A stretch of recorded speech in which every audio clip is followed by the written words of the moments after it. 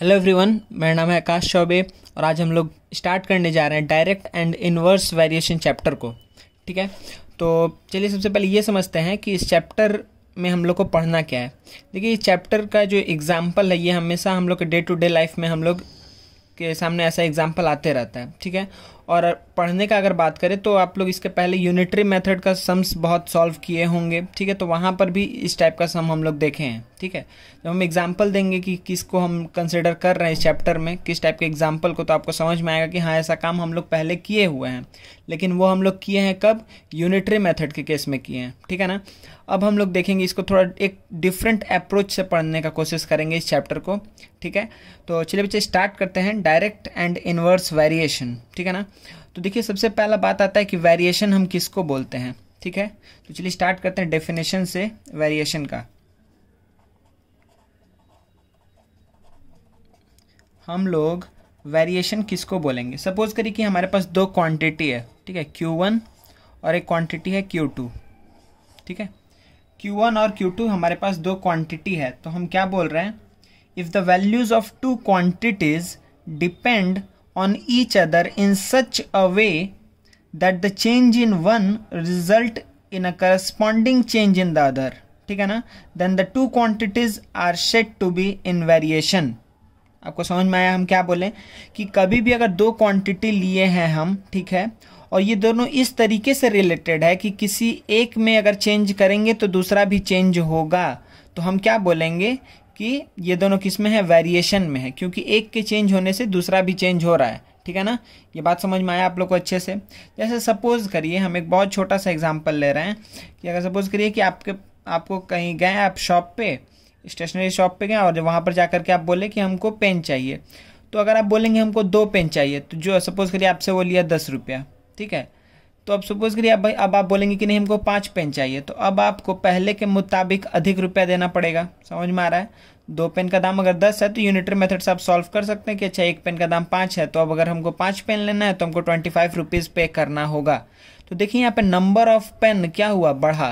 पहले आप 2 ले रहे थे लेकिन अभी 5 ले रहे हैं, तो नंबर ऑफ पेन्स बढ़े, तो अब क्या हुआ, इसके चलते क्या हुआ, जो कॉस्ट पहले 10 लग रहा था 25 लग रहा है।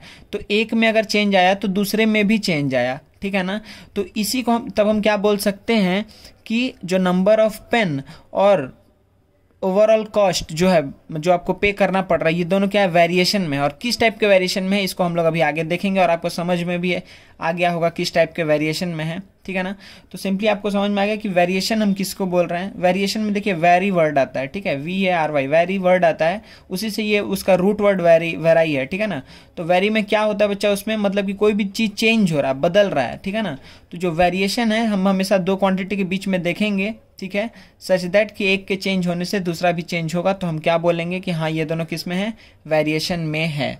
ठीक है, अब चलिए बच्चा, अब हम लोग नेक्स्ट देखने जा रहे हैं टाइप्स ऑफ वेरिएशन, जो आपका हेडिंग बड़ा सा दिया हुआ है वही है। ठीक है, टाइप्स ऑफ वेरिएशन। अब देखिए, जो वेरिएशन है, ठीक है ना, जो वेरिएशन है हमारे पास, ये वेरिएशन कितने टाइप से हो सकता है। ठीक है, देखिए अगर सपोज करिए मेरे पास ये दो क्वांटिटी था, मैं सपोज यहाँ पे हम फिर से लिख दे रहे हैं Q1 और Q2, ये दो क्वांटिटी था मेरे पास। तो सपोज करिए हम यहाँ पे बोल रहे हैं कि अगर Q1 बढ़ेगा, Q1 अगर इंक्रीज करेगा तो Q2 भी क्या करेगा, इंक्रीज करेगा, या अगर Q1 डिक्रीज करेगा तो Q2 भी डिक्रीज करेगा। ठीक है, Q2 भी डिक्रीज करेगा। ठीक है, तो हम क्या बात बोलेंगे कि ये दोनों किस में है, डायरेक्ट वेरिएशन में है। डायरेक्ट वेरिएशन में क्या होगा कि जो चेंज था ना, इसके पहले वेरिएशन में हम क्या वर्ड यूज किए थे, चेंज, कि एक के चेंज होने से दूसरा भी चेंज होगा। तो चेंज किस टाइप का, अगर चेंज ऐसा हो रहा है कि कोई चीज बढ़ रहा है तो उसके कारण जो दूसरा क्वांटिटी है वो भी बढ़ रहा है। ठीक है ना, एक के इंक्रीज होने से दूसरा भी इंक्रीज हो रहा है, एक के डिक्रीज होने से दूसरा भी डिक्रीज हो रहा है, तब हम क्या बोलेंगे कि they are in direct variation. Direct variation कब होगा, जब सेम टाइप ऑफ चेंज दोनों क्वांटिटी में देखने को मिलेगा। समझ में आ रहा है, जब दोनों क्वांटिटी में एक ही जैसा चेंज होगा, ये बढ़ेगा तो वो भी बढ़ेगा, ये घटेगा तो ये भी घटेगा, तो आप क्या बोलेंगे कि they are in direct variation. ठीक है, कोई भी दिक्कत नहीं है। और इसी का उल्टा अगर सपोज करिए मेरे पास दो क्वांटिटीज हैं Q1 Q2, तो हम क्या बोलेंगे कि अगर एक को हम बढ़ाएं तो दूसरा क्या हुआ, घट गया, या फिर एक को घटाएं तो दूसरा बढ़ गया। मतलब ऑपोजिट चेंज होगा, एक के बढ़ने से दूसरा घटेगा, एक के घटने से दूसरा बढ़ेगा। तो हम क्या बोलेंगे कि they are in inverse variation. ठीक है, कोई दिक्कत नहीं है। ठीक है, तो देखिए बच्चा, हम आस्ते आस्ते हर बार कुछ दूर पढ़ाएंगे, फिर उसको थोड़ा समराइज करने की कोशिश करेंगे कि आप लोग को एकदम दिमाग में रहे हर चीज़ till the end of the lecture. और उसके साथ साथ आप अगर लेक्चर देखने के बाद भी आपके दिमाग में वो चीज़ बना रहे। ठीक है, तो सबसे पहले हम लोग वेरिएशन देखें। वेरिएशन में हम लोग क्या सीखें कि अगर कोई भी दो क्वांटिटी इस तरीके से रिलेटेड है कि एक के चेंज होने से दूसरा भी चेंज होगा, तो हम क्या बोलेंगे कि दे आर इन वेरिएशन। ठीक है, वो वेरिएशन में है। ठीक है, उसको हम वेरिएशन बोलेंगे। ठीक है, वो चेंज हो रहा है। अब नेक्स्ट क्या हम लोग देखें कि वेरिएशन के दो टाइप, एक डायरेक्ट वेरिएशन, एक इनवर्स वेरिएशन। ठीक है, यही दो टाइप हो सकता है ना, और कोई चीज़ होगा क्या? अगर आप बोलेंगे ऐसा कि नहीं, एक क्वांटिटी Q1 लिए और एक क्वांटिटी Q2 लिए, हम बोले, अगर आप बोले कि Q1 बढ़ा तो Q2 में नो चेंज, कुछ चेंज नहीं आया, वो जैसा था वैसा ही रह गया, तो आप बोलेंगे ये भी तो एक टाइप हो गया कि एक बढ़ा तो दूसरा में कुछ चेंज नहीं आया। तो अगर ये केस आप कंसिडर करेंगे तो ये क्या हुआ, ये वेरिएशन ही नहीं हुआ। क्या ये वेरिएशन बोलेंगे? नहीं, ये दोनों रिलेटेड ही नहीं है। वेरिएशन में होगा तभी वो डायरेक्ट या इनवर्स में हो सकता है, पहले वेरिएशन में होना चाहिए। मतलब कि एक के चेंज होने से दूसरा चेंज होगा, तभी हम बोल सकते हैं कि दे आर इन वेरिएशन। अब जो चेंज है वो दो तरीके से हो सकता है, डायरेक्ट या इनवर्स। डायरेक्ट होगा तो एक के बढ़ने से बढ़ेगा, घटने से घटेगा, और इनवर्स होगा तो क्या होगा, एक के बढ़ने से दूसरा घटेगा, एक के घटने से दूसरा बढ़ेगा।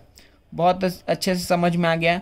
अब हम लोग क्या करेंगे, कुछ एग्जाम्पल्स देखेंगे। ठीक है, जैसे हम आपको बता रहे हैं, सपोज करिए कि जैसे मान लीजिए कि डायरेक्ट का कुछ केस ले लेते हैं। ठीक है, डायरेक्ट वेरिएशन का कुछ एग्जांपल ले लेते हैं हम लोग। डायरेक्ट वेरिएशन में हम क्या बोल सकते हैं, एक तो नॉर्मल वो पेन और कॉस्ट वाला बात हम बोलें, वो आप समझ गए हैं। एक और एक एग्जांपल अगर लेना है, सपोज करिए हम लिए कि डिस्टेंस और स्पीड में अगर टाइम कांस्टेंट है, तो कभी भी हम दो चीज़ में देखेंगे तो उसमें तीसरा को वेराई नहीं कराएंगे। ठीक है ना, अगर दो चीज़ में हम वेरिएशन देखना चाहते हैं कि किस टाइप का वेरिएशन है, तो जो थर्ड क्वांटिटी है उसको हम हमेशा कांस्टेंट रखेंगे, तभी सोचेंगे। जैसे कि अगर हमको स्पीड डिस्टेंस टाइम में देखना है, तो अगर हमको ये निकालना है कि स्पीड और डिस्टेंस कैसे रिलेटेड है, तो हम क्या करेंगे, टाइम को फिक्स्ड कर देंगे। मान लेते हैं 1 घंटे का बात कर रहे हैं। ठीक है ना, तो अच्छा ये बताइए कि अगर स्पीड अधिक होगा तो 1 घंटे में क्या होगा, कोई भी व्हीकल क्या होगा, अधिक डिस्टेंस कवर करेगा। समझ में आ रहा है? अगर स्पीड अधिक तो अधिक डिस्टेंस कवर करेगा, स्पीड कम तो कम डिस्टेंस कवर करेगा। बहुत नॉर्मल लॉजिक है। अगर हम 100 किलोमीटर पर आवर के स्पीड से जाएंगे तो 1 आवर में 100 किलोमीटर कवर कर लेंगे। बट अगर हम सपोज करें 60 किलोमीटर पर आवर की स्पीड से जा रहे हैं तो हम 60 किलोमीटर ही कवर कर पाएंगे। तो अगर स्पीड बढ़ेगा तो डिस्टेंस बढ़ेगा, स्पीड घटेगा तो डिस्टेंस घटेगा। समझ में आ रहा है? तो व्हेन टाइम इज फिक्स्ड, हम क्या बात बोलेंगे कि when time is fixed, what distance and speed are directly related. सही है, they are in direct variation, कोई दिक्कत नहीं है। चलिए अब हम लोग कुछ एग्जाम्पल देख लेते हैं इनवर्स वेरिएशन का। ठीक है बच्चा, देखिए इनवर्स वेरिएशन में क्या होगा, क्या एग्जाम्पल हम ले सकते हैं इसमें। देखिए स्पीड डिस्टेंस टाइम के ऊपर एक बार बता दे रहे हैं। ठीक है ना, हम स्पीड क्या बोले कि स्पीड जो है वो क्या है, directly proportional to distance when क्या, टाइम फिक्स्ड, जब हम टाइम को क्या लिए हैं, फिक्स्ड लिए हैं। ठीक है, अच्छा ये कलर में भी आप लोगों को देखने में दिक्कत हो सकता है। ठीक है, तो अब हम दूसरा कलर यूज़ कर रहे हैं। चलिए तो आगे देखते हैं हम लोग। हाँ, तो देखिए अच्छा, तो speed is directly proportional to distance हम बोले व्हेन टाइम इज फिक्स्ड। अच्छा इसी में देखिए, इसमें इनवर्स वेरिएशन को हम कैसे देख सकते हैं। अब देखिए आप अगर क्या बोलेंगे, जैसे सपोज करिए कि डिस्टेंस फिक्स्ड है, मान लेते हैं कि हम डिस्टेंस फिक्स्ड है, डिस्टेंस क्या हम कर दिए, फिक्स्ड।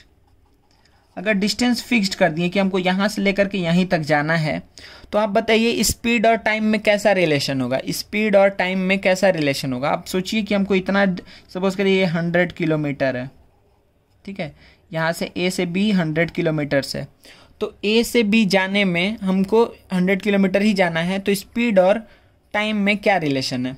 देखिए अगर हम क्या करें कि स्पीड को बढ़ाएं, स्पीड बहुत अधिक कर देंगे तो ये डिस्टेंस कवर करने में हमको क्या लगेगा, कम टाइम लगेगा। समझ में आ रहा है ना कि जब हम स्पीड को अधिक रखेंगे तो टाइम कितना लगेगा, हमको टाइम कम लगेगा।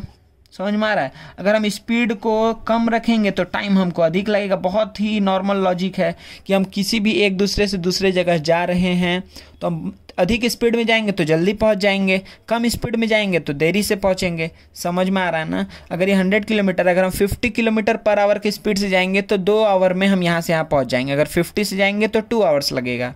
सही है। अगर हम सपोज करिए जा रहे हैं 20 किलोमीटर पर आवर की स्पीड से, अगर 20 किलोमीटर पर आवर की स्पीड से जाएंगे तो 5 आवर में हम इतना डिस्टेंस को कवर करेंगे। तो जब स्पीड कम है तो टाइम अधिक लगेगा, स्पीड अधिक है तो टाइम कम लगेगा। बहुत नॉर्मल लॉजिक, अच्छे समझ में आ गया, कोई दिक्कत नहीं है। ठीक है ना।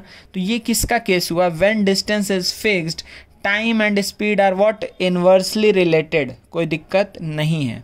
ठीक है ना। तो ये डायरेक्ट वेरिएशन का एग्जांपल था, ये इनवर्स वेरिएशन का एग्जांपल था। और एक इनवर्स वेरिएशन का एग्जांपल दीजिए। सपोज करिए हम मेन और वर्क में ले रहे हैं। ठीक है ना। अगर सपोज करिए कि अगर 2 आदमी, ठीक है, 2 मैन, 2 आदमी अगर किसी काम को 10 दिन में कंप्लीट कर रहा है, ठीक है, 10 डेज में, अगर 2 आदमी 10 दिन में किसी काम को कंप्लीट कर रहा है बच्चा, तो अगर सपोज करिए कि 10 आदमी हो गया तो क्या होगा, टाइम कैसा लगेगा। देखिए ये क्या, नंबर ऑफ मैन बढ़ गए तो टाइम कितना लगने वाला है, नंबर ऑफ डेज कितना लगने वाला है, कम लगने वाला है। क्योंकि अगर 2 आदमी 10 दिन में कर रहा था तो अगर 10 आदमी उसी काम को कर रहा है, काम फिक्स्ड है। हमेशा जब भी हम रिलेट करेंगे 2 चीज़ को तो एक थर्ड चीज़ को हम हमेशा कांस्टेंट ही रखेंगे, तभी हम अच्छा उसमें जो वेरिएशन है उसका एग्जैक्ट क्या किस तरीके से रिलेटेड है वो हम निकाल सकते हैं। ठीक है ना। तो जैसे जब हम सोच रहे हैं कि नंबर ऑफ मेन और क्या डेज में रिलेशन निकाल रहे हैं तो उस समय हम क्या मान के चल रहे हैं, हम ये मान के चल रहे हैं कि जो वर्क है वो फिक्स्ड है, एक मेरे को काम है उसको करना है। ठीक है ना। उस काम को करने के लिए अगर कम आदमी रहेगा तो अधिक दिन लगेगा उसको ख़त्म करने में काम को, अगर बहुत आदमी रहेगा तो हम क्या कर सकते हैं, उस काम को जल्दी ख़त्म कर सकते हैं। तो आप देख रहे हैं कि number of men and days required to complete the work are inversely related. क्योंकि जब नंबर ऑफ मेन बढ़ेगा तो टाइम कम लगेगा, जब नंबर ऑफ मेन घटेगा तो टाइम अधिक लगेगा। आपको बहुत अच्छे से क्लियर हो गया होगा कि ये दोनों ही एग्जाम्पल डायरेक्ट और इनवर्स वेरिएशन, आपको मेरे ख्याल से अब इससे आप लोग को अब कोई दिक्कत नहीं है। ठीक है ना। डेफिनेशन, वेरिएशन किसको बोलते हैं, डायरेक्ट वेरिएशन किसको बोलते हैं, इनवर्स वेरिएशन किसको बोलते हैं, उसका कुछ एग्जांपल्स हम लोग देख चुके हैं। ठीक है। अब देखिए बच्चा, एक हम बहुत अभी जो इम्पोर्टेंट बात बोलेंगे, बस इसी को लेकर के आगे हम लोग को सम्स करना है। ठीक है ना। डायरेक्ट वेरिएशन में भी, इनवर्स वेरिएशन में भी। ठीक है। तो चलिए स्टार्ट करते हैं, जल्दी से उस लॉजिक को जल्दी से देख लेते हैं एक बार कि डायरेक्ट वेरिएशन में कैसे रिलेटेड रहता है 2 चीज़ और इनवर्स वेरिएशन में कैसे रिलेटेड रहता है। चलिए उसको देखते हैं। हाँ अच्छा, तो देखिए यहाँ पर डायरेक्ट वेरिएशन, इनवर्स वेरिएशन को अब हम लोग देखने जाए तो देखिए डायरेक्ट वेरिएशन मतलब क्या हुआ कि कोई एक चीज़ x, ठीक है ना, वो क्या डायरेक्टली प्रोपोर्शनल टू y है। ठीक है। x is directly proportional to y।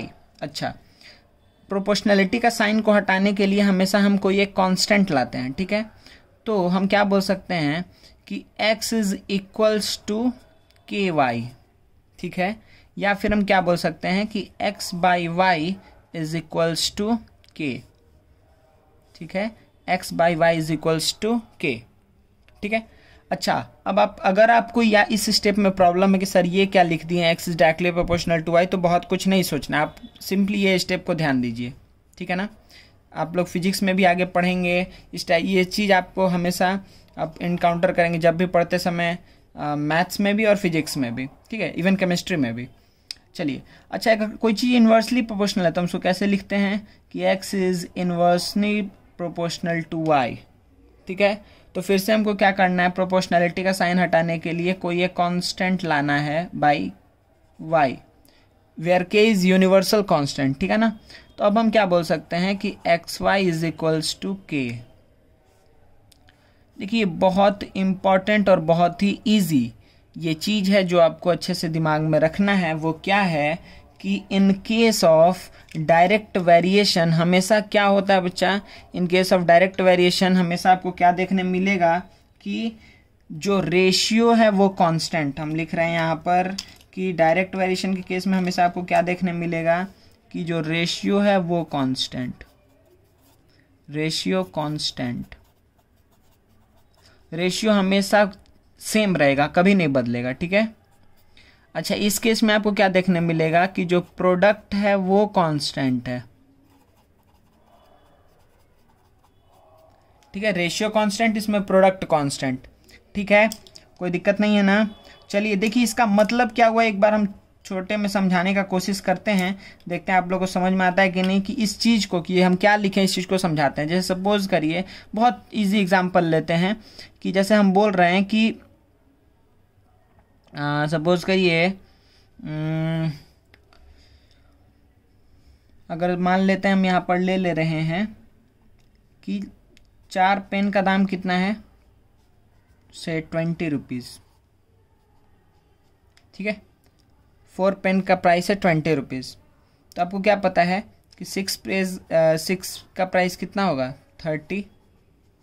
अब क्या पता है 8 का प्राइस कितना होगा, 40। या फिर अगर आप ले लें कि 100 का प्राइस कितना होगा, तो आप क्या बोलेंगे, 500 रुपीज़। कोई दिक्कत है?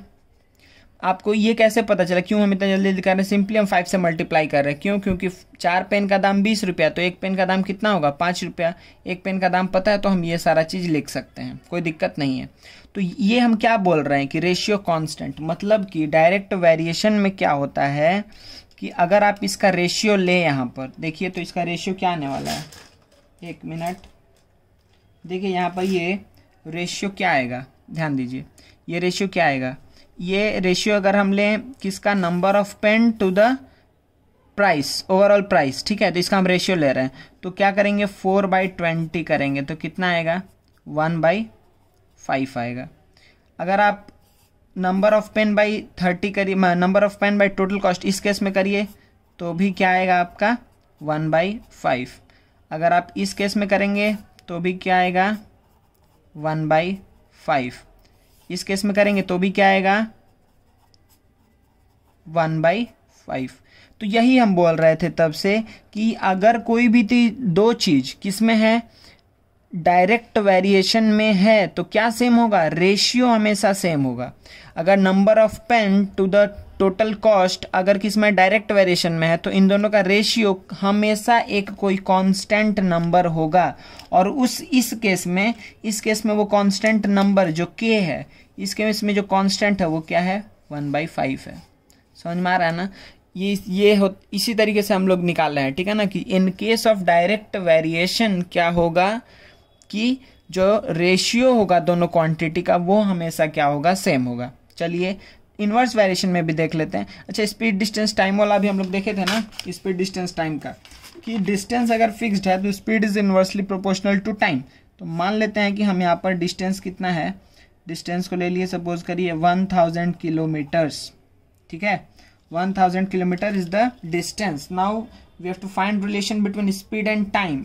तो वो हम निकाल चुके हैं, पहले ही आपको बता दिए कि speed and time are what, inversely related. तो अगर दोनों इनवर्सली रिलेटेड है तो कैसे रिलेटेड होगा, देखिए कि अगर हम स्पीड क्या रखें, अगर हम स्पीड रखते हैं 500 किलोमीटर पर आवर, तो आपको क्या दिख रहा है कि आप 2 घंटे में ये पूरा डिस्टेंस कवर कर लेंगे, 2 आवर में, ठीक है, 2 आवर में। अगर हम स्पीड रखते हैं सपोज करिए 400 किलोमीटर पर आवर, ठीक है, तो 400 किलोमीटर पर आवर रखेंगे तो आप कितने देर में पूरा डिस्टेंस कवर करेंगे, 2.5 आवर में, ठीक है, 2.5, क्योंकि 2 आवर में 800 किलोमीटर जाएगा, फिर हाफ आवर में 200 किलोमीटर जाएगा, तो 2.5 आवर टोटल लगेगा, कोई दिक्कत नहीं है। अगर हम स्पीड कितना रखते हैं, सपोज करिए 200 किलोमीटर पर आवर, तो आपको कितना टाइम लगेगा, 5 आवर लगेगा। तो अब आप यहीं से चेक कर लीजिए, कि ये कैसे रेशियो निकाल करके आप देख लीजिए कि कैसे रिलेटेड है ये और क्या प्रोडक्ट सेम आ रहा है। तो आप देखिए, क्योंकि ये दोनों किस में था, इनवर्स वेरिएशन में, तो इसमें क्या सेम होगा, प्रोडक्ट कांस्टेंट होगा। तो प्रोडक्ट करिए 500 इंटू 2 हमेशा क्या आएगा, 1000। 400 इंटू 2 होल 1/2, इसका मतलब क्या हुआ, इसका मतलब ये हुआ कि 400 इंटू 5/2, ठीक है, 2 से ये जाएगा 200 टाइम्स में, ये भी क्या आएगा 1000। अगेन इस केस में भी क्या होगा कि 200 इंटू 5 करेंगे, आएगा 1000, ठीक है ना। तो देखिए यहाँ पर जो कांस्टेंट का हम बात कर रहे हैं कि अगर कोई भी दो चीज़ इन्वर्स वेरिएशन में है तो जो प्रोडक्ट होगा वो कांस्टेंट होगा, जो प्रोडक्ट होगा वो कांस्टेंट होगा। दिख गया ना, बहुत आसानी से हम समझा रहे हैं, बहुत इजी एग्जांपल के साथ समझा रहे हैं, क्योंकि अभी इसके बाद हम कंटिन्यूअसली यही चीज़ को यूज़ करते चले जाएंगे। डायरेक्ट वेरिएशन में तो प्रोडक्ट रेशियो सेम, इन्वर्स में तो प्रोडक्ट सेम। ये बस आप छोटा सा बात याद रख लिए, डायरेक्ट है तो रेशियो सेम, इन्वर्स है तो प्रोडक्ट सेम। क्या इसमें कोई भी तकलीफ है? फुल डेफिनेशन हम लोग अच्छे से समझ गए हैं, कोई भी दिक्कत हम लोग को नहीं है, ठीक है ना। तो अभी तक हम लोग वेरिएशन, उसके टाइप्स में डायरेक्ट इन्वर्स वेरिएशन, उन दोनों का डेफिनेशन कैसे समझते हैं ये भी देख लिए हैं, और कैसे हम लोग सम में यूज़ करेंगे ये भी देख लिए हैं, ठीक है। तो चलिए बच्चा, अब एक एक करके सम्स उठाते हैं और सारे सम्स को हम लोग जल्दी जल्दी करते हैं, ठीक है ना। अब आप लोग को एकदम बहुत आसान लगेगा ये टॉपिक, ठीक है। चलिए स्टार्ट करते हैं। देखिए बच्चा, ये एक बहुत आसान सा क्वेश्चन यहीं पर देख लेते हैं, ठीक है। कि क्या बोल रहा है, if the weight of 65 tea packets of same size be 26 kg, ठीक है ना। 65 tea packets of same size be 26 kg, what is the weight of 25 such packets. तो 65 टी पैकेट्स का वेट है 26, तो 25 पैकेट्स का वेट कितना होगा। तो आप हर समय क्या करेंगे, जब भी आपको देगा ऐसे, तो पहले आप ये लिखेंगे कि ये दोनों कैसे रिलेटेड है। जो भी दो क्वांटिटी दिया हुआ है, 2 होगा या 3 होगा, जो भी होगा, आप ये लिखेंगे कि ये दोनों कैसे रिलेटेड है, ठीक है ना। तो देखिए आप कैसे इसको लिखेंगे कि टी पैकेट्स और वेट। तो देखिए जितना टी पैकेट्स अधिक होगा उतना वेट अधिक होगा, जितना कम टी पैकेट्स लेंगे उतना वेट कम होगा। तो आप क्या लिखेंगे, सबसे पहला बात आप यहाँ पर लिखेंगे कि tea packets and what weight of tea packets are directly related, या फिर आर इन डायरेक्ट वेरिएशन, पहले आप ये लिखेंगे। उसके बाद से आप क्या करेंगे कि बहुत आसानी से सॉल्व करना है हमको। तो यहाँ पे आप क्या लिखें, नंबर ऑफ टी पैकेट्स, ठीक है। और यहाँ पे आप क्या लिखें, वेट। यहाँ पे यूनिट हमेशा बगल में लिख देना चाहिए, ठीक है। नंबर में तो यूनिट नहीं लिखेंगे, और लेकिन जहाँ जहाँ जो जो आप ले रहे हैं, डेज ले रहे हैं, ये टाइम ले रहे हैं, तो कैसे स्पीड ले रहे हैं, तो किस यूनिट में, आप यूनिट हमेशा बगल में लिख दीजिएगा, ठीक है। चलिए, तो आप देखिए आप क्या लिखेंगे, आप यहाँ पे डेटा क्या पता है आपको कि 65 टी पैकेट का वेट कितना है, 26 है, तो 25 पैकेट का वेट कितना होगा, x होगा। अब आपको क्या पता है बच्चा, यहाँ पर आपको ये बात पता है अच्छे से कि they are in what, direct variation. तो क्या सेम होना चाहिए, इन दोनों का रेशियो सेम होना चाहिए। क्या सेम होना चाहिए, रेशियो सेम होना चाहिए। तो किसका किसका रेशियो सेम होना चाहिए, दोनों क्वांटिटी का रेशियो सेम होना चाहिए। इसका मतलब this by this is equal to this by this. समझ में आ रहा है अच्छे से। तो देखिए इसको कैसे लिखेंगे हम, इसको अब आगे क्या लिखने वाले हैं, इसको हम आगे लिखेंगे therefore which implies कि 65/25 इज इक्वल्स टू 26/x, ठीक है ना, ठीक है ना। तो अब यहाँ पे 5 से गया 5 टाइम्स में, 5 से गया 13 टाइम्स में, 13 से गया 2 टाइम्स में, तो x इज इक्वल्स टू क्या आ गया, 10 kgs, ठीक है ना। ये आपका आंसर हो गया कि x का वैल्यू 10, मतलब 25 टी पैकेट का प्राइस कितना होगा, 10 kg होगा। अब देखिए बच्चे यहाँ पे एक और बात कि आप ऐसे सोच सकते हैं, आप देखिए इसको अगर ऐसे भी लिखते हैं ना कि 65/26 इज इक्वल्स टू 25/x, मतलब कि आप ऐसे ले रहे हैं इन दोनों का, इसका रेशियो इज इक्वल्स टू इसका रेशियो, तो भी आपका आंसर क्या आता, वही आता ना। देखिए 13 से 2 टाइम्स में, 13 से जाता 5 टाइम्स में, 5 से जाता 5 टाइम्स में, x इज इक्वल्स टू 10, ठीक है, तो भी आंसर सेम आता, ठीक है। तो आप हमेशा एक चीज़ को फॉलो करिए कि दोनों में आपको मतलब सहूलियत हो सोचने में, ठीक है ना। आप कंफर्टेबल रहे दोनों को, डायरेक्ट वेरिएशन में भी और इनवर्स या फिर इनडायरेक्ट वेरिएशन में भी, ठीक है ना। तो देखिए इसमें हम कैसे सोचेंगे, आप ऐसे भी सोच सकते हैं जैसे हम ये केस लिए। इसमें हम क्या बोले हैं कि ratio of tea packets is equals to ratio of their weight, ये सेम होगा। तो रेशियो ऑफ टी पैकेट्स कितना है, 65:25, तो रेशियो ऑफ वेट कितना हो जाएगा, 26/x हो जाएगा, ठीक है ना। तो यहाँ पे हम आपको एक बात बोल दे रहे हैं कि जो आप हमेशा आप आगे के लिए भी फॉलो करेंगे तो दिक्कत नहीं होगा। तो सपोज करें कि दो क्वांटिटी कभी भी है, Q1 और Q2 दिया है, तो आप हमेशा यही आदत बनाने का कोशिश करिए क्या कि इसका रेशियो इज इक्वल्स टू इसका रेशियो, क्योंकि इन्वर्स में जब हम करने जाएंगे तो इसका प्रोडक्ट इज इक्वल्स टू इसका प्रोडक्ट, ठीक है ना।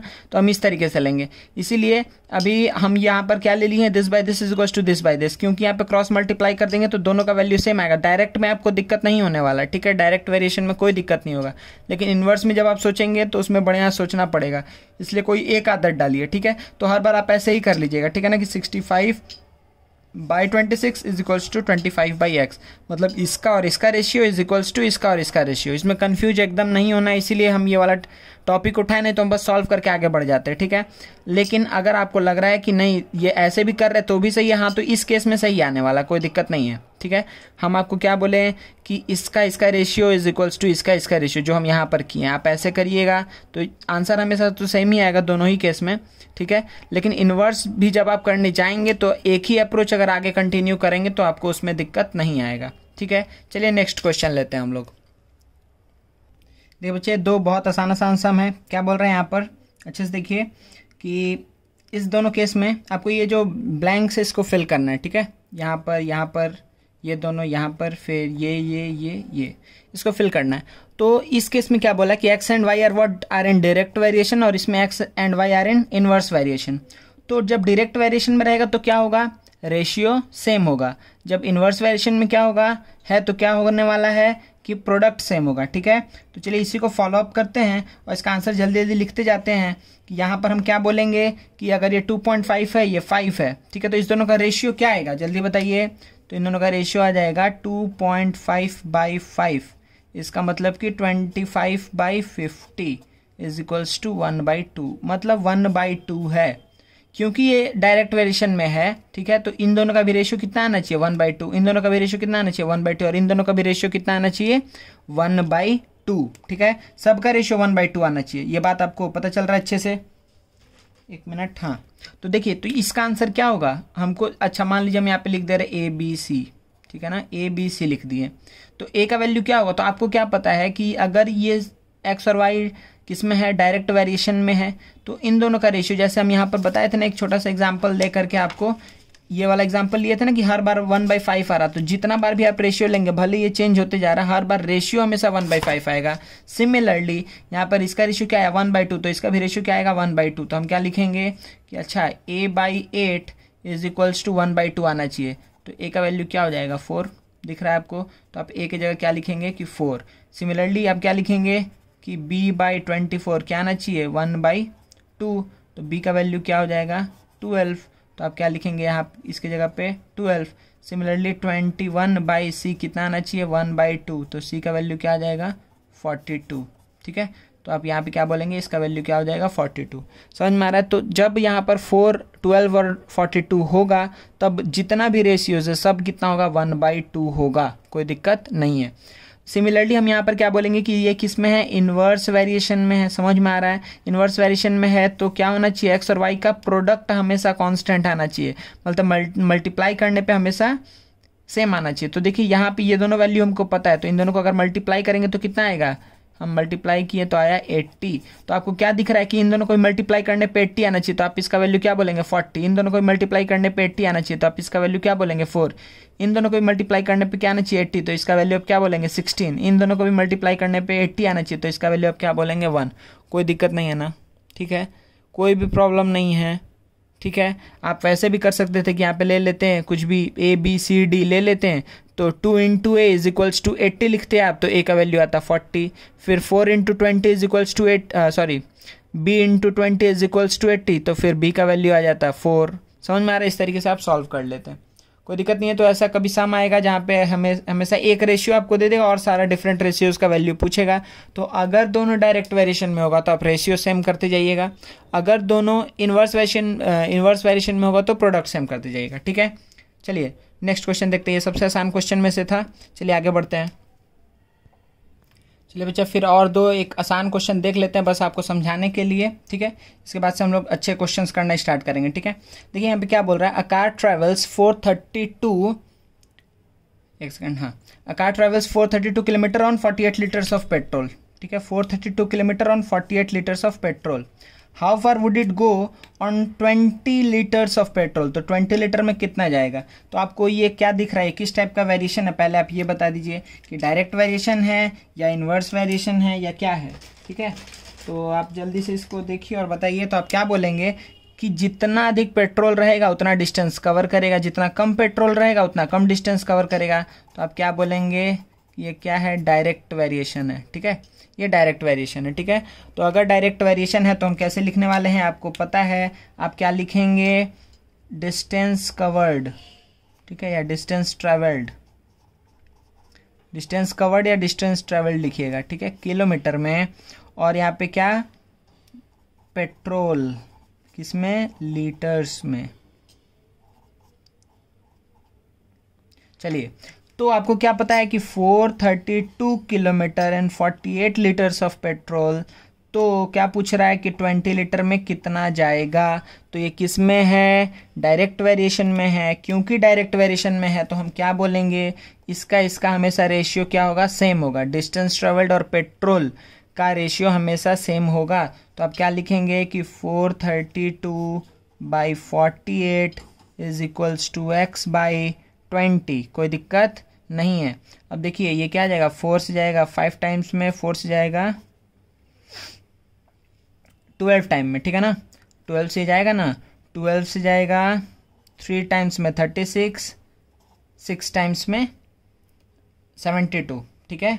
कोई दिक्कत नहीं है मेरे ख्याल से आप लोग को। हाँ सही किए। चलिए, तो क्या हो जाएगा, x का वैल्यू, यहाँ से x का वैल्यू आएगा 36 × 5, ये क्या हो जाएगा 180, क्या बच्चा 180 किलोमीटर्स, ठीक है, 180 किलोमीटर जाएगा। तो आपको क्या पता है कि आप सबसे पहले एग्जाम में आप क्या लिखेंगे कि जो डिस्टेंस और पेट्रोल ये दोनों क्या है, distance travelled and litres of petrol are in direct variation, therefore the ratio must be same, ठीक है। तो वहां से हम फिर x का वैल्यू निकाल लिए। बहुत आसान क्वेश्चन है। चलिए अब नेक्स्ट देखते हैं। If 56 man can do a piece of work in 42 days, ठीक है। कितना मैन आपको दिख रहा है, कहाँ गया मास्टर, हाँ। तो 56 man can do a piece of work in 42 days. 56 man अगर 42 डे में कर रहा है तो 14 डे में उस काम को कितना आदमी कंप्लीट करेगा। तो अब देखिए बहुत अधिक अच्छे समझिए। पहले हम लिख दे रहे हैं, ठीक है ना, पहले हम लिख दे रहे हैं, जल्दी से लिखो। तो यहाँ पे अगर हम लिखेंगे तो क्या लिखेंगे, हम लिखेंगे यहाँ पे मैन, ठीक है, और क्या लिखेंगे, वर्क, मैन और वर्क, ठीक है। तो मैन और वर्क कैसे रिलेटेड होगा आप सोचिए, ठीक है, कि अच्छा वर्क नहीं है, sorry, can do a piece of work in 42 days, days है यहाँ पे, ठीक है, मैन और डेज है, डेज है। चलिए, तो मेन और डेज कैसे रिलेटेड होगा बच्चा, अच्छे सोचिए कि अगर सोचिए बहुत अधिक आदमी है, ठीक है, तो 42 डे में काम कंप्लीट हो रहा है। जब क्या हो रहा है कि अब कम दिन में किसी काम को कंप्लीट करना। अगर सोचिए हम बोले कि आप तुम 5 लोग हो, तुम 10 दिन में तुम 5 लोग मिलके ये काम कर दो, तो बोला ठीक है हो जाएगा। 5 लोग अगर काम करेंगे तो 10 दिन में काम हो जाएगा। लेकिन अब हम बोल रहे हैं कि नहीं, हमको ये पूरा काम 2 दिन में ही कंप्लीट करके दो, तो वो लोग क्या बोलेगा, तब 5 आदमी में नहीं हो पाएगा, हमको अधिक आदमी लगेगा अगर कम टाइम में इसको ये क्या करना है, पूरे काम को कंप्लीट करना है। तो वो ये किस टाइप का वेरिएशन हो गया कि अगर काम को कम दिन में करना है तो आदमी को बढ़ाना पड़ेगा। तो ये क्या हो जाएगा, इनवर्स वेरिएशन। समझ में आ रहा है। तो आप क्या बोलेंगे कि they are in inverse variation. अगर इनवर्स वेरिएशन में है तो पहले आप डेटा लिख देते हैं। तो 56 मैन कितने दिन में काम कर रहा था, 42 डेज में। तो 14 डे में करने के लिए मान लेते हैं x। तो अब आप यहाँ पर क्या बोलेंगे, अब यहाँ पर आप क्या बोलने वाले हैं बच्चा, कि क्या होगा, प्रोडक्ट सेम होगा, ठीक है। प्रोडक्ट सेम होना मतलब क्या हुआ कि इन दोनों का प्रोडक्ट, मेन और डेज का प्रोडक्ट सेम होगा। तो आप कैसे लिखेंगे कि 56 × 42 इज इक्वल्स टू क्या होगा, x × 14। देखिए हम यहाँ पर यही हम बताना चाह रहे थे कि हम इसका रेशियो ले रहे हैं, इसका रेशियो ले रहे हैं, और इन्वर्स में इन दोनों को मल्टीप्लाई कर रहे हैं और इन दोनों को मल्टीप्लाई कर रहे हैं। बस यही चीज़ के लिए हम दोनों को पैरेलल लिखे हैं कि आप लोग को बस ये चीज़ दिखा पाए हम, ठीक है, कि नेक्स्ट सम से हम लोग कुछ अच्छा सम ट्राई कर पाएँ, ठीक है ना। तो ये सही है कि अगर ये दोनों इन्वर्स वेरिएशन में तो इसका जो प्रोडक्ट होगा वही सेम प्रोडक्ट होगा इसका। तो यहाँ से आपका x का वैल्यू क्या आएगा, 56 × 42/14। तो ये तो जाएगा 3 टाइम में, कोई दिक्कत नहीं है। तो आंसर क्या आ गया, ये 150 प्लस 18 168। तो x का वैल्यू कितना आ गया 168। क्या 168 क्या था, man. 168 man are required to what, to complete the same work in less number of days, that is 14 days. सही है ना। तो देखिए यहाँ पर क्या हुआ कि डेज क्योंकि कम हो रहा है तो देखिए नंबर ऑफ मैन बढ़ गया, ठीक है ना, क्योंकि इन्वर्स वेरिएशन था इसीलिए काम हुआ है, ठीक है, कोई दिक्कत नहीं है। तो दोनों मेरे ख्याल से आप लोग अच्छे समझ में आ गया। अब हम लोग अच्छे सम्स में एंटर कर सकते हैं। चलिए वेरी गुड, नेक्स्ट सम देखते हैं हम लोग जल्दी से। चलिए बच्चे ये दो सम देखिए अच्छे से। यहाँ पे 210 लिखा है, ठीक है, 210। क्या बोल रहा है कि a worker is paid ₹210 for 6 days, ठीक है, 6 दिन के लिए उसको पे किया जा रहा है ₹210। If is total income of the month is ₹875, अगर उसका टोटल इनकम 875 है, for how many days he work, वो कितने दिन काम किया है, अगर टोटल उसका इनकम कितना है 875 है तो देखिए जितना सारा सम्स है ना बच्चे, ये सारा का सारा सम्स यूनिटरी मेथड से सॉल्व किया जा सकता है इजीली, बहुत अधिक आसानी से, ठीक है। लेकिन आपके स्कूल में आपसे डिमांड करेगा कि आपको डायरेक्ट इनवर्स वेरिएशन का जो हम कंसेप्ट बताएं, रेशियो सेम प्रोडक्ट सेम, उसके हेल्प से करना है, ठीक है। चलिए उससे करते हैं इसको कि worker is paid ₹210 for 6 days, ठीक है। तो देखिए यहाँ पे क्या क्या है, एक है पेमेंट, ठीक है, और डेज। पेमेंट किस में है, रुपीज़ में, और यहाँ पर क्या है, नंबर ऑफ डेज, ठीक है। तो पहले आप ये बताइए पेमेंट और नंबर ऑफ डेज में क्या रिलेशन होगा, क्योंकि देखिए आप बहुत आसान चीज़ है कि आप अधिक दिन काम करेंगे, डेज अधिक रहेगा तो आपको अधिक पेमेंट देगा, अगर आप कम काम करेंगे तो कम पेमेंट मिलेगा। बहुत आसानी से आप बोल सकते हैं कि they are in what, direct variation, ठीक है, they are in direct variation, आप इजिली बोल सकते हैं।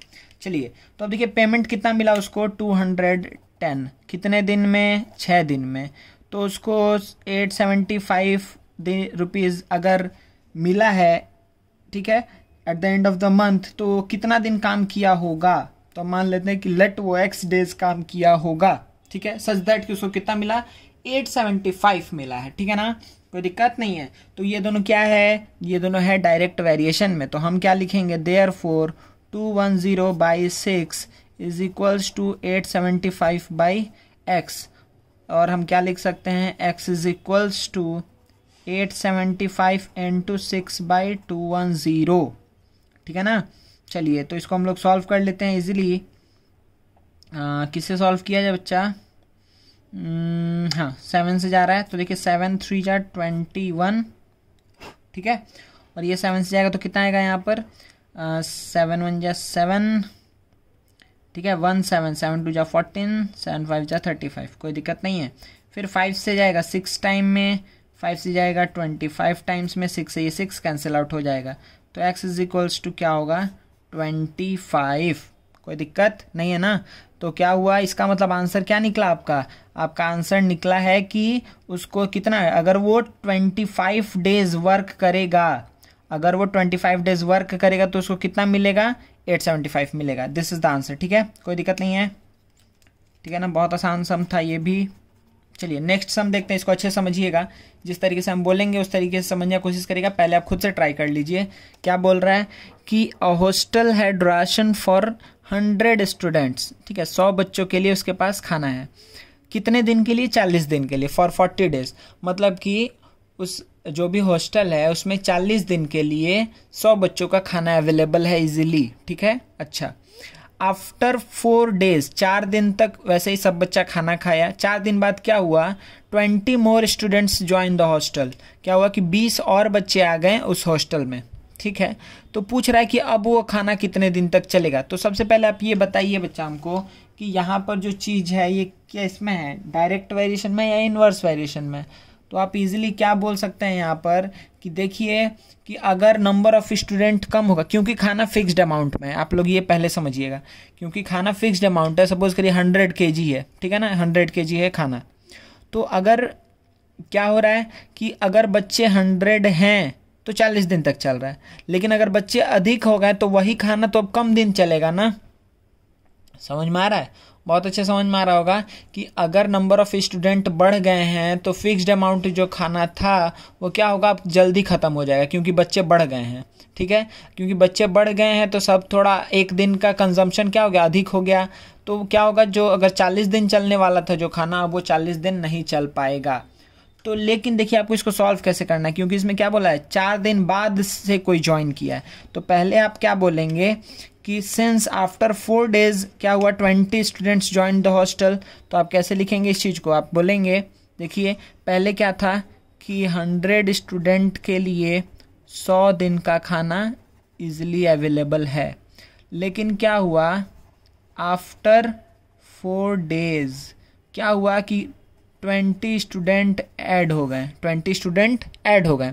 तो देखिए आप इसको कैसे बोलेंगे, देखिए ध्यान से अच्छे से, कि अगर सपोज करिए कुछ नहीं हुआ होता, आप हमेशा ऐसे ही सोचिएगा, जब भी ऐसा बोलेगा ना कि कोई आ गया, कुछ जन उसमें से चला गया, या कभी भी ऐसा सिचुएशन आएगा, तो आप पहले ये सोचिएगा कि अगर कुछ नहीं हुआ रहता तो क्या सिचुएशन होता। अगर यहाँ पे कुछ नहीं हुआ रहता तो 4 दिन तक तो सब खाया है, तो रिमेनिंग का 36 डेज वो लोग क्या करता है, इजिली 100 बच्चा खा लेता। मतलब कि अब हम यहाँ पे क्या लिखने वाले हैं, स्टूडेंट और क्या यहाँ पे डेज, ठीक है, जितने दिन खाना चलेगा। तो स्टूडेंट और डेज में हमको क्या पता है कि इनवर्स रिलेशन है, ये बात हम लोग को पता है पहले से। ठीक है, हम बता चुके हैं ये क्या है, इनवर्स वेरिएशन में। चलिए तो देखिए यहाँ पे स्टूडेंट अगर कितना है, अगर कुछ नहीं हुआ रहता तब का हम बात बोल रहे हैं, अगर कुछ नहीं हुआ रहता तो 100 बच्चा इजीली का, और जो रिमेनिंग 36 डेज है उसमें वो लोग इजीली खाना खा लेता, क्योंकि 4 दिन खाना खा चुका है तो 40 दिन खाने वाला था, तो कुछ नहीं हुआ रहता, तो जो रिमेनिंग डेज है 36 उसमें 100 बच्चा इजीली खाना खाता है। क्योंकि अब ये 100 कितना हो गया है 120, 20 बच्चा ऐड हो गया, तो अब ये खाना कितने दिन तक जाएगा, सिंपल यही बात है। ये किस में है, इनवर्स वेरिएशन में, इसीलिए 100 इंटू 36 इज इक्वल्स टू क्या होगा 120 इंटू एक्स। तो देखिए यहीं से आप बोल सकते हैं कि x is equals to 100 into 36 by 120, 0 0 गया, 12 से गया 3 टाइम्स में, तो x इज इक्वल्स टू क्या आया 30 डेज। ठीक है, x इज इक्वल्स टू क्या आया 30 डेज। मतलब क्योंकि बच्चे बढ़ गए हैं तो इंस्टेड ऑफ 36 डेज खाना 30 दिन के अंदर ही ख़त्म हो जाएगा, कोई दिक्कत नहीं है ना। ठीक है, 30 डेज में ही खाना क्या हो जाएगा, ख़त्म हो जाएगा। ठीक है, नो प्रॉब्लम। चलिए नेक्स्ट क्वेश्चन देखते हैं। चलिए बच्चा, तो सबसे पहले क्वेश्चन को समझते हैं, क्या बोल रहे हैं यहाँ पर, हम रीड करते रहें कि आप लोग को जो अगर राइटिंग में दिक्कत हो रहा है तो समझ में आ जाए। क्या बोल रहा है, 24 labourers working 6 hour a day, ठीक है, एक दिन में 6 घंटे काम करके, can finish a piece of work in 14 days. ठीक है, पूरे काम को वो लोग 14 दिन में कंप्लीट कर ले रहा है। इफ ईच लेबर क्या works what 7 hours a day, अगर 7 घंटे एक दिन में काम कर रहा है, ध्यान दीजिए पहले 6 घंटे काम कर रहा था, अब 7 घंटे काम कर रहा है per day. Find the number of labourers, तो कितना लेबर लगेगा to finish the same piece of work in 8 days, 8 दिन में उस काम को कंप्लीट करने के लिए कितना लेबर लगेगा। ठीक है ना। चलिए तो देखिए बच्चा, आप इसको 3 लेकर के भी कर सकते हैं, 2 लेकर के भी कर सकते हैं। अब देखिए यहाँ से इसके बाद हम आपको एक छोटा सा कंसेप्ट बताएंगे नेक्स्ट स्लाइड में, पहले इस क्वेश्चन को हम बता दें। ठीक है, आप 3 लेकर के भी कर सकते थे, क्या क्या, लेबर, आवर और डे, ये तीनों लेकर के सॉल्व कर सकते हैं, या फिर आप सिर्फ क्या ले सकते हैं, लेबर और आवर्स, टोटल आवर्स। ठीक है, तो देखिए यहाँ पे हम कैसे ले रहे हैं, हम यहाँ पे पहले ले रहे हैं, ध्यान दीजिए कि लेबर, और यहाँ पे क्या ले रहे हैं, टोटल आवर्स। ठीक है, टोटल आवर्स जितना वो काम किया है। ठीक है, तो ध्यान दीजिए कि कितना लेबर, 24 लेबर। अब देखिए इसको हम क्या दोनों को कंबाइन करके लिख सकते हैं क्या, अगर एक वर्कर, ठीक है ना, एक दिन में 6 घंटे काम कर रहा है तो 14 दिन में कितना काम करेगा, 14 इंटू 6 करेगा ना, सही है ना। कि अगर हम बोले कि अगर हम एक दिन में 10 घंटा काम कर रहे हैं तो 2 दिन में कितना करेंगे, 2 इंटू 10 20, 3 दिन में 3 इंटू 10 30। उसी तरीके से अगर एक दिन में 6, 2 दिन में 12, 3 दिन में 18, 4 दिन में 24, तो इसी तरीके से 14 डेज में कितना काम करेंगे, 6 इंटू 14 आवर्स टोटल काम करेंगे। समझ में आ रहा है। और वही बोल रहा है कि अगर 7 आवर पर डे काम करके अगर हम 8 दिन तक काम करेंगे तो कितना लेबर लगेगा। पहले ये समझ लीजिए, इसमें कोई दिक्कत नहीं है ना कि अगर हम क्या कर रहे हैं, आवर और डे को कंबाइन कर रहे हैं एक साथ, ठीक है। अगर हम एक दिन में 7 घंटे काम करते हैं तो 2 दिन में कितना काम करेंगे, 7 इंटू 2। 3 डेज में कितना काम करेंगे, 7 इंटू 3। तो 8 डेज में कितना काम करेंगे, 7 इंटू 8। इसमें कोई प्रॉब्लम नहीं है। अब देखिए कि क्या लेबर और आवर कैसे रिलेटेड है, ठीक है ना। अच्छा ये बताइए कि लेबर और आवर कैसे रिलेटेड होगा। तो अगर पहले क्या था कि अधिक आवर काम कर रहा है तो कम लेबर से भी वो काम हो जाएगा ना। अब पीस ऑफ वर्क, तो इसमें कांस्टेंट क्या है, एक पीस, एक कोई काम है वो कांस्टेंट है, ठीक है ना। एक किसी काम का पार्ट, इसीलिए बोल रहा है पीस ऑफ वर्क। तो वो जो काम है वो कांस्टेंट है। तो अगर काम कांस्टेंट है तो क्या होगा कि 24 लेबर इतने आवर में उस काम को कंप्लीट कर रहा है। तो आप सोचिए रिलेशन कैसे निकालेंगे। आप कम बेसी करके देख लीजिए कि अगर सपोज करें कि मेरे पास बहुत आवर है किसी एक काम को करने के लिए, तो क्या कम वर्कर रहेगा तो भी चल जाएगा।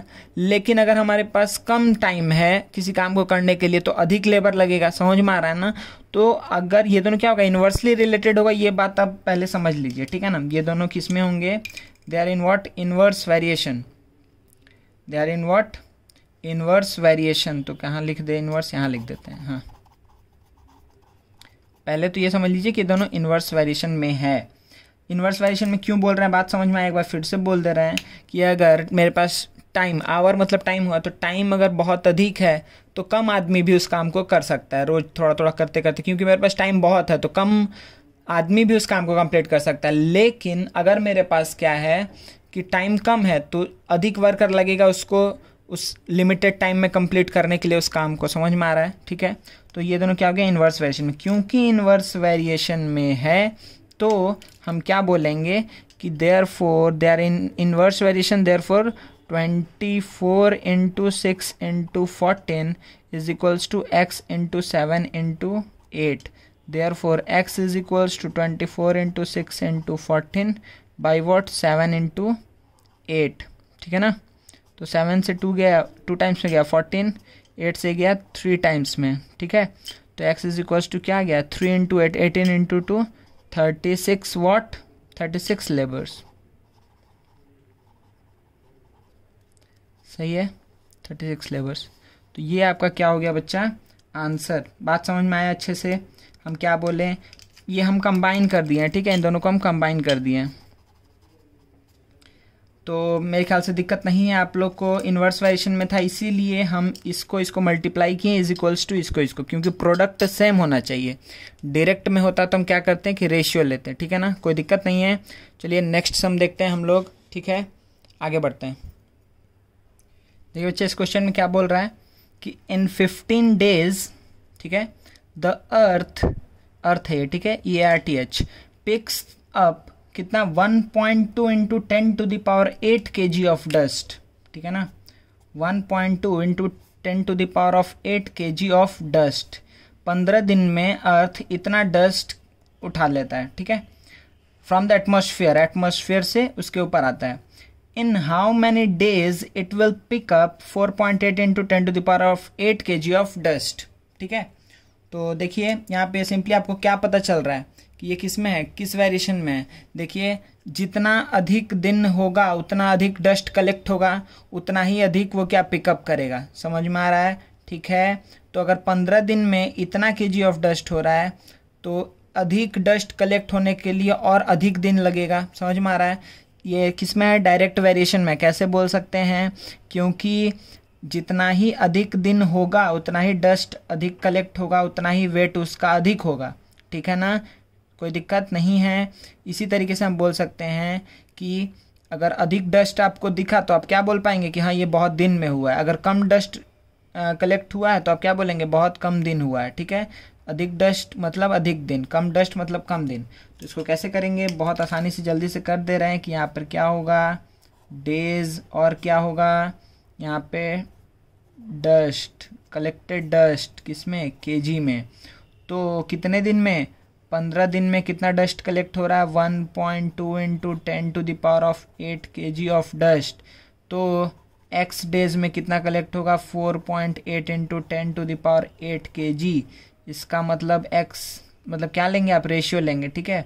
आप यहाँ पे ऐसे लिखेंगे कि 15 by 1.2 into 10⁸ is equals to क्या होगा, x बाई 4.8 इंटू 10⁸8। यहाँ दिख रहा है 10⁸8 कट जाएगा तो x इज इक्वल्स टू क्या आएगा, देखिए 15 के साथ 4.8 मल्टीप्लाई होगा, 15 इंटू 4.8 बाई क्या हो जाएगा 1.2। इसको आप क्या बोल सकते हैं कि 15 इंटू, आप डायरेक्टली भी लिख सकते हैं, जो बच्चा को दिख गया होगा लिख दो, बाई 12। यहाँ पे नीचे 10 आएगा, ऊपर भी 10 आएगा, कोई फ़र्क नहीं पड़ता है। यहाँ पे आ जाएगा 60 डेज।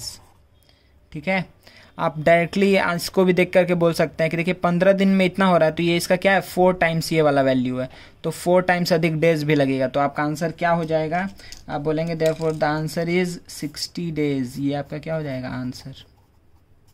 ठीक है, कोई दिक्कत नहीं है। चलिए नेक्स्ट क्वेश्चन देखते हैं, इसको लिख लीजिए आप लोग। चलिए बच्चा, ये क्वेश्चन को देखिए क्या है कि Raghu has enough money two by 75 machines worth ₹200। ठीक है, तो डेटा को हम मार्क कर देते हैं, क्या क्या इंपॉर्टेंट डेटा हम लोग के पास यहाँ पर है कि एनफ मनी टू बाई कितना 75 मशीन, 75 मशीन खरीदने के लिए, जिसका हर एक का प्राइस कितना है 200 ईच। ठीक है, तो टोटल कॉस्ट कितना होगा 75 into 200। How many machine can he buy if he gets a discount of ₹50 on each machine. अगर हर एक मशीन पे 50 रुपीज़ का डिस्काउंट मिल जाए तो वो कितना मशीन खरीद पाएगा। ठीक है, how many machine can he by, कितना मशीन वो खरीद पाएगा अगर हर एक के ऊपर कितना का डिस्काउंट दे दिया जाए बच्चा, 15 का डिस्काउंट दे दिया जाए। मतलब सिंपली बात यह है कि आपको ये कैसे सोचेंगे, पहले आप ये सोचिए कि कितना मशीन खरीद पा रहा है और क्या प्राइस है। अगर सोचिए अधिक प्राइस होगा तो जो भी उसके पास रुपया है उसमें वो क्या होगा कि एक फिक्स्ड अमाउंट ऑफ मशीन खरीद पा रहा है, लेकिन अगर वही मशीन का प्राइस कम हो जाए तो उतना ही रुपया में वो अब क्या खरीद पाएगा, अधिक मशीन खरीद पाएगा। समझ में आ रहा है ना। ठीक है, जैसे सोचिए कि हम आपको बोलें कि अगर हम 10 रुपया में 2 पेन खरीद पाएँ, 5 रुपया करके अगर प्राइस है तो 10 रुपया में हम 2 पेन खरीद पाएँ। अगर 5 रुपया प्राइस है ईच पेन का तो 10 रुपया में हम 2 पेन खरीद पाएँ।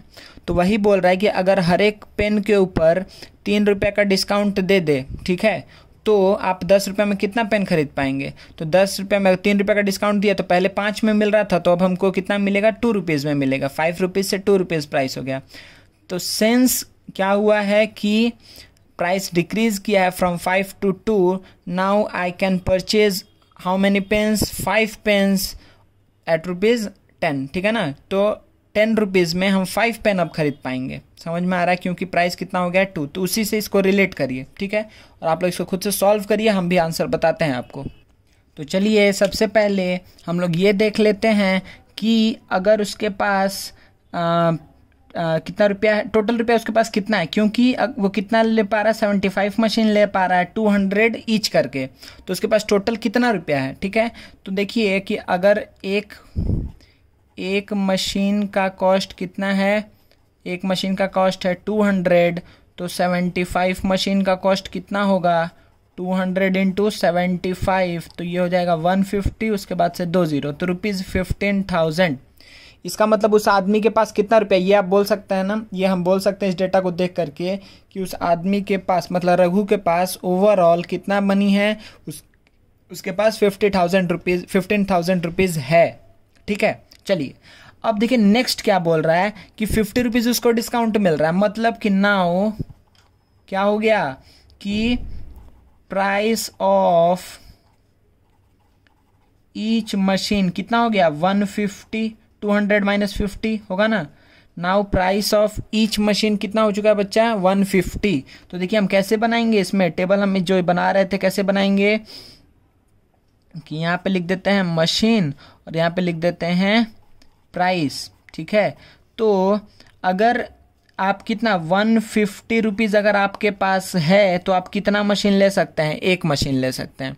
लेकिन अगर आपके पास कितना है, उसके पास टोटल तो इतना रुपया है ना, टोटल में ही तो बोल रहा है कि इस टोटल इतने ही रुपया के साथ, जैसे हम 10 एग्जाम्पल जो दिए थे तो उसमें बोले थे ना कि 10 रुपया में 2 पेन ले रहे हैं 5 करके, तो अब 10 ही रुपया में 2 रुपया करके कितना पेन ले पाएंगे, 5 पेन ले पाएंगे। समझ में आ रहा है? तो वही चीज़ को देखें यहाँ पर कि अगर 15,000 में 75 ईच करके हम 200 ईच करके 75 मशीन्स खरीद पा रहे हैं, तो 15,000 में ही अगर 150 करके प्राइस ले तो कितना मशीन खरीद पाएंगे। आपको डायरेक्टली आंसर दिख रहा है, फिर भी हम थोड़ा जो प्रोसेस है उसको कर दे रहे हैं कि आप लोग को ये नहीं लगे कि सर आप तो फॉलो नहीं किए जो पढ़ा रहे थे।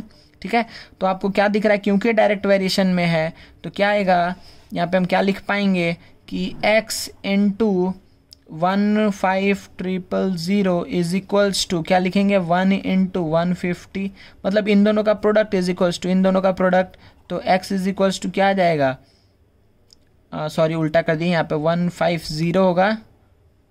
रुकिए, अरे अच्छा बच्चा, हम तो इस पे बात किए ही नहीं कि डायरेक्ट वेरिएशन की इनवर्स वेरिएशन है। तो आप तो पहले ये देखिए कि मशीन और प्राइस में क्या वेरिएशन होगा, प्राइस जितना अधिक होगा उतना ही आप कम मशीन ले पाएंगे, प्राइस जितना कम होगा उतना ही आप क्या ले पाएंगे कि अधिक मशीन ले पाएंगे। ठीक है, लेकिन देखिए यहाँ पर क्या बोल रहा है कि कितना रुपया में आप कितना मशीन खरीद सकते हैं, आप इसको देखिए। ठीक है, यहाँ पे जो हम समझा रहे थे वैसे अगर आप करेंगे तो इन्वर्स का फील आ रहा था। ठीक है, इसीलिए हम फिर इसको बोले नहीं। देखिए आप यहाँ पर अच्छे से कि यहाँ पे क्या है, मशीन है, यहाँ पे प्राइस है। तो देखिए हम क्या बोल रहे हैं कि अगर आपके पास 150 रुपीज़ है तो आप जितना मशीन खरीद पा रहे हैं, एक मशीन खरीद पा रहे हैं, तो अगर 15,000 रुपीज़ होगा तो अधिक मशीन खरीद पाएंगे। ये दोनों में किसका कैसा रिलेशन है, डायरेक्ट का रिलेशन है कि नहीं है, देखिए ध्यान से समझिए एक बार, रुकिए। हाँ, तो यहाँ पे हम क्या बोलेंगे कि इन दोनों का क्या सेम होगा, रेशियो सेम होगा। ठीक है, 1 मिनट। हाँ, तो इन दोनों का क्या सेम होगा बच्चा, रेशियो सेम होगा। ठीक है, तो इसको हम यहाँ पर हटा करके इसको हम हटा दे रहे। ठीक है, इसको मत लिखिएगा आप लोग। ठीक है, तो हम क्या बोलेंगे, रेशियो सेम होगा। तो 1/150 is equals to x by 15,000। तो x इज इक्वल्स टू क्या आ जाएगा, 15,000 बाई 150। ठीक है, तो x इज इक्वल्स टू आ जाएगा 100 मशीन। ये आप देखिए डायरेक्टली भी आपको दिख रहा था, क्योंकि आपको पता है कि एक का दाम अगर 150 है तो 15,000 में 100 मशीन लेकर के आएंगे। ठीक है, तो आपको ये समझ में आ गया ना हम क्या बोल रहे थे। ठीक है, अच्छा, और इसके पहले जो हम रिलेशन बताए थे वो भी हम सही बोले थे। ठीक है, कि अगर सपोज करिए कि एक मशीन का प्राइस अधिक है, तो अगर आपके पास फिक्स्ड मनी है, ठीक है, फिक्स्ड मनी है, तो अगर अधिक प्राइस है एक का, अगर अधिक प्राइस है तो आप नंबर ऑफ आर्टिकल कितना खरीद पाएंगे, कम खरीद पाएंगे। अगर एक का कम प्राइस है तो नंबर ऑफ आर्टिकल आप अधिक खरीद पाएंगे। ठीक है, तो उसमें इन्वर्स वेरिएशन था। लेकिन यहाँ पर जो हम बात बताएं कि अब यहाँ पे हमको प्राइस पता चल गया है कि एक का फिक्स्ड प्राइस है, वो प्राइस चेंज नहीं हो रहा, वो प्राइस कितना है, 150। तो अगर 150 प्राइस है तो कम रुपया में हम कम वैसा मशीन खरीद पाएंगे, अधिक रुपया में अधिक मशीन खरीद पाएंगे। समझ में आ रहा है? तो इसलिए यहाँ पर डायरेक्ट वेरिएशन होगा, कोई दिक्कत नहीं है। चलिए, तो इसका भी आंसर हम लोग का निकल गया 100। ठीक है, अच्छा, अब देखते हैं कुछ और क्वेश्चन कर पा रहे हैं कि नहीं तो फिर नेक्स्ट लेक्चर में हम लोग कंटिन्यू करेंगे। ठीक है, तो बच्चा एक और लास्ट क्वेश्चन कर लेते। क्या बोल रहा है इसमें कि if 14 typists typing 6 hours a day takes 12 days to type a book. देखिए कितना टाइपिस्ट है, 14 टाइपिस्ट है। ठीक है, कितना ले रहा है, 6 hour पर डे काम करके वो लोग को 12 days लग रहा है to type a book. Then in how many days will 4 typist, अब 4 टाइपिस्ट सिर्फ काम करेगा। ठीक है ना, 4 typist working 7 hour a day, पहले 6 hour a day काम कर रहा था, अब 7 hour a day करेगा, to do the same job. अगर यही सेम मतलब एक बुक को टाइप करना है अगर, तो इनिशियली क्या कंडीशन दिया है कि 14 टाइपिस्ट ले रहा है 6 hour a day takes 12 days to type a book. ठीक है, 6 घंटे काम करके पर डे वो लोग 12 days ले रहा है। ठीक है, तो then in how many days will 4 typist working 7 hours a day takes to do the same job. तो देखिए इसको आसानी से जल्दी से इसको कर लेते हैं। तो देखिए क्या अगेन हम इस बार इसको बोल सकते हैं। तो देखिए पहले हम मान ले रहे हैं इसको कि कितना ले रहा है, इन हाउ मैनी डेज पूछा है ना, तो इसी को हम क्या मान ले रहे हैं कि लेट कितना x डेज। ठीक है, x डेज वो लोग काम करेगा कितना, 7 hours a day, कितना 4 typist to do the same job. तो देखिए यहाँ पे हम क्या बना रहे हैं, टेबल बनाएंगे टाइपिस्ट का। ठीक है, टाइपिस्ट का, ठीक है ना, और यहाँ पे आवर्स का, टोटल आवर्स। ठीक है, total hours taken to type a book. तो देखिए पहले कितना है कि 14 टाइपिस्ट अगर 6 घंटे करके 12 दिन काम कर रहा है, समझ में आ रहा है, 6 आवर पर डे, अगर 12 डेज तक काम कर रहा है तो टोटल कितना घंटा काम किया होगा, 12 इंटू 6 72। ठीक है, तो हम लिख दे रहे हैं 12 इंटू 6 ही। ठीक है, 12 इंटू 6 लिख दे रहे हैं। तो अब क्या बोल रहा है कि अगर 4 टाइपिस्ट काम करेगा कितना, अगर 7 आवर ए डे कितना काम कर रहा है, एक्स डेज तक, 7 hours per day x days तक काम कर रहा है, तो टोटल कितना आवर काम करेगा, 7 इंटू एक्स। कोई दिक्कत नहीं है। तो अच्छा बताइए पहले इन दोनों में कैसा रिलेशन होगा, टाइपिस्ट और इसमें। तो देखिए आप क्या बोल सकते हैं कि टाइपिस्ट और आवर में, तो अगर अधिक टाइपिस्ट है, ठीक है ना, अगर अधिक टाइपिस्ट है तो क्या लगेगा, किसी बुक को टाइप करने में कम टाइम लगेगा, लेकिन कम टाइपिस्ट होगा तो कितना टोटल आवर कितना लगेगा, अधिक लगेगा। समझ में आ रहा है ना, समझ में आ रहा है कितना हम क्या बात बोल रहे हैं कि अगर टाइपिस्ट, नंबर ऑफ टाइपिस्ट बढ़ जाएगा तो हमको कितना कम टाइम लगेगा ना किसी भी एक बुक को टाइप करने में, लेकिन अगर टाइपिस्ट कम हो गया तो अब हमको अधिक टाइम लगने वाला है। तो हम क्या बोलेंगे कि they are in what, inverse, they are in inverse variation. किसमें होंगे, इनवर्स वेरिएशन में। कोई भी प्रॉब्लम नहीं है ना बच्चा। तो चलिए अब इस पे हम लोग लगा देते हैं अपना काम, क्योंकि ये दोनों क्या है, इनवर्स वेरिएशन में, तो क्या सेम होगा, प्रोडक्ट सेम होगा। तो 14 into 12 into 6 is equals to क्या होगा, 4 इंटू 7 इंटू एक्स। तो यहाँ से एक्स का वैल्यू क्या आएगा, 14 इंटू 12 इंटू 6 बाई 4 इंटू 7। ठीक है, तो 7 से ही जाएगा 2 टाइम्स में, 4 से ही जाएगा 3 टाइम्स में, 3 टू जा 6 इंटू 6 36 डेज, सॉरी हाँ एक्स डेज माने थे ना, सही है। तो क्या हो जाएगा 36 डेज आपका क्या हो जाएगा बच्चा यहाँ पर आंसर। ठीक है, 36 days will be the answer. तो बच्चा आप लोग प्रैक्टिस करते रहिए, इसी टाइप से सॉल्व करना है सारे सम्स को। तो नेक्स्ट जो लेक्चर होगा उसमें हम आप लोग को एक ट्रिक बताएंगे कि कैसे अगर दो से, देखिए हम हर बार इसमें 3 चीज़ था, ठीक है ना, टाइपिस्ट, आवर, डे, तो हम इस दोनों कन्वर्ज करके 2 चीज़ बना दिए।